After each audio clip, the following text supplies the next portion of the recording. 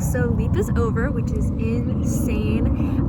Such a good semester. My favorite thing from Frazie's book is the way that he challenges his readers. Every single week we would come into and we would just discuss, hey, what did you get from this week? Give a thought. And every single time it's, okay, so this is what was challenged to me, and this is the things I don't really want to talk about, but here it is, and he acknowledges it.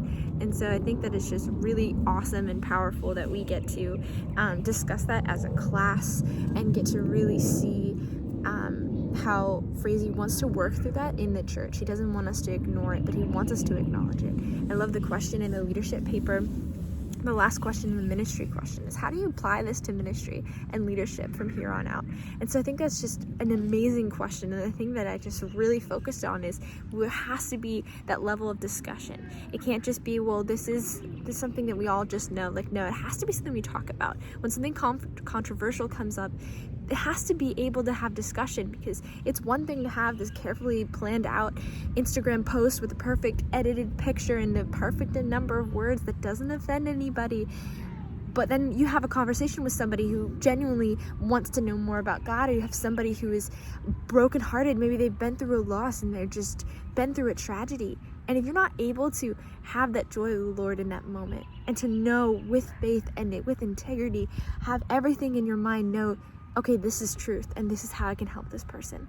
Because if you don't know it for yourself, you're not going to be able to teach it and show it to other people. And so I think that's just something that Frazee does incredibly well. He attacks individualism, but he also shows that there is a place for it as well. And he gives biblical reasons. He doesn't just point out the problem, but he shows, okay, but this is how we implement it in the church in a healthy way.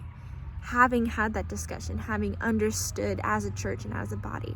And so I think that was just something really powerful that Frazee has taught me in this book, and just having the discussions in LEAP has been so impactful for me.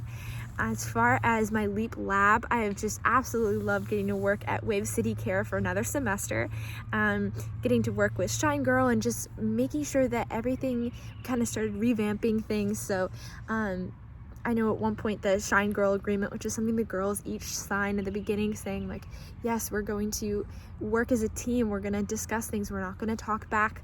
We're going to make sure that everything that is discussed in this group is private, that stays in here.